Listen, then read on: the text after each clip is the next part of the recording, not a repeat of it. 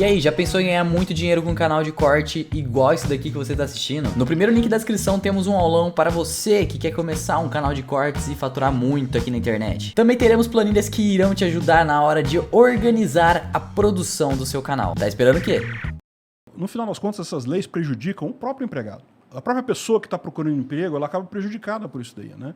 Porque, eu falo sempre isso, né? A lei, ela impõe um custo. Qualquer lei impõe um custo. Isso é uma coisa que, no direito, você sabe disso. Não tem jeito. Você está fechando um grau de mobilidade social. Alguma coisa que antes as pessoas podiam fazer, elas não podem mais. Tipo, botar para trabalhar 10 horas por dia. Não pode mais, porque tem uma lei limitando a 8 horas. Se a lei é boa ou é ruim, não interessa. Mas é uma limitação que você tem. O amigo não pode nem querer trabalhar 10 horas. Se a pessoa topar... Eu sempre trabalhei pra caramba na minha vida toda, nunca trabalhei menos de 10 horas por dia na minha vida toda, e não tem problema nenhum com isso. Eu poderia aceitar esse tipo de coisa, mas agora eu não sou proibido. Se eu for trabalhar como empregado de alguém, eu não posso fazer isso. Então, você está limitando aquilo ali. Aí o que acontece? O custo dessa lei... Quem é que vai pagar o custo dessa lei? No final das contas, você pode entender que se é uma lei sobre uma relação voluntária e a relação de emprego entre o patrão e o empregado é uma relação voluntária, ninguém precisa empregar ninguém, você pode ficar sem o empregado. O empregado não precisa trabalhar para você, se ele não quiser, ele trabalha para outra pessoa, é uma relação voluntária. Esse custo vai ser pago pela parte mais fraca. É sempre. Não é? Porque o cara só vai fechar um negócio se, por exemplo, o empregador for a parte mais forte nesse caso, geralmente não necessariamente. Existem algumas áreas no Brasil que o empregado dita, mas a maior parte é o empregador que dita as regras. O empregador, nesse caso, ele vai impor esse custo ao empregado, ele vai diminuir o salário do empregado para compor aquele custo da lei trabalhista. É o que acontece, é o que a gente vê no Brasil. É por isso que no Brasil você tem pouco emprego, porque joga o valor abaixo do salário mínimo, você não consegue contratar, né? Porque você não pode pagar menos que o salário mínimo.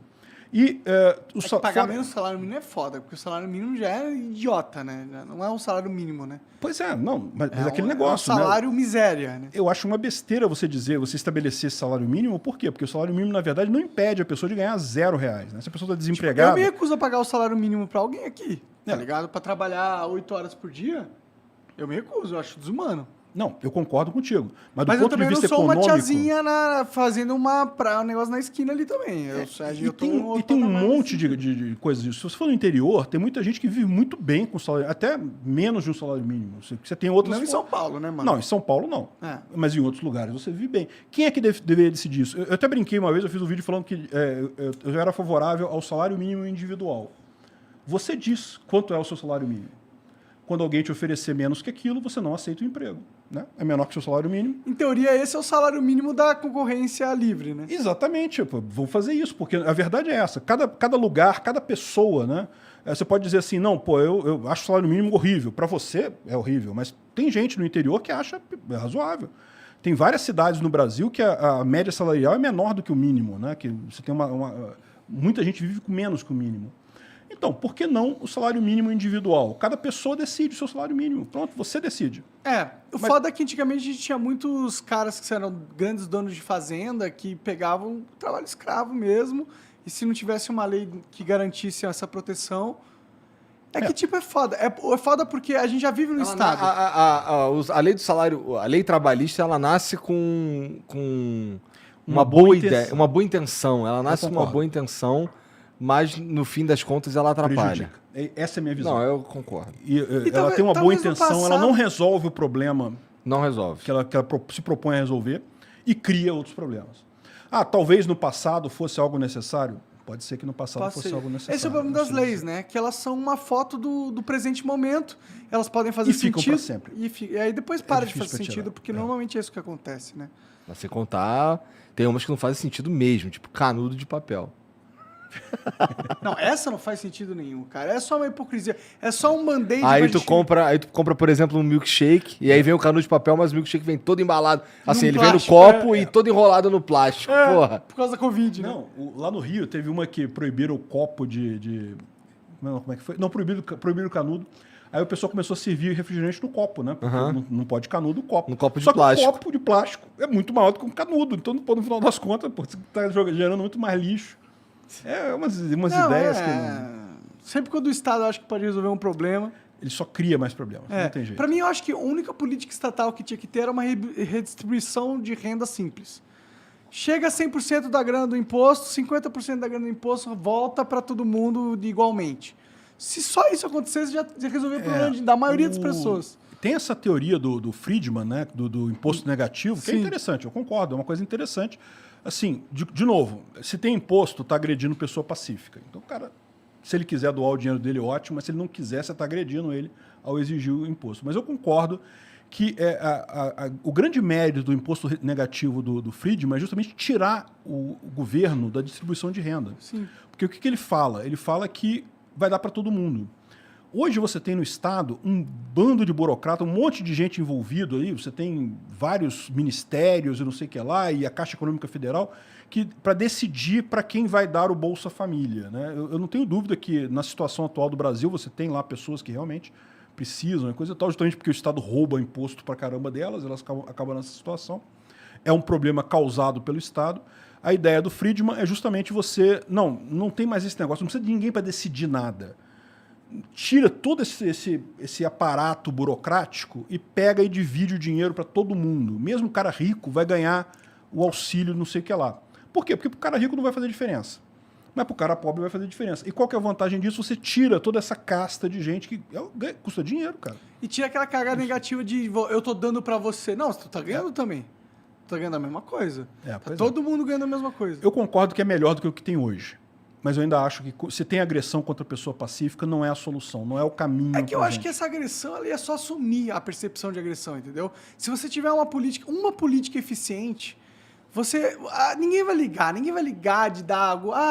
Eu tô dando 20%, mas tá tudo funcionando. Não. O cara tá comendo ali, ele tá comprando o meu produto com essa grana. Eu não ligo, deixa ligando essa grana aí. Eu concordo plenamente, cara. Ninguém quer um mundo absurdamente desigual, com pessoa passando fome. Isso é uma coisa que incomoda todo mundo. Ninguém quer isso, né? Agora, no momento que você força as pessoas a alguma coisa, tá errado. Mas já que a gente já tá forçando, vamos forçar de uma maneira eficiente, né?